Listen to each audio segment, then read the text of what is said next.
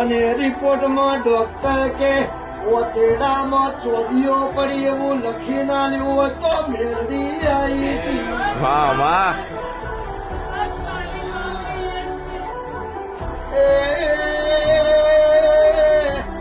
ત્રણ મોટી ચોદીઓ બતાવી લેવલમાં મોય પરું થઈ જેવું ડોક્ટર બોલ્યા હોય તો મનવાનું બોડી મેળવી આવી હતી. વાહ વાહ.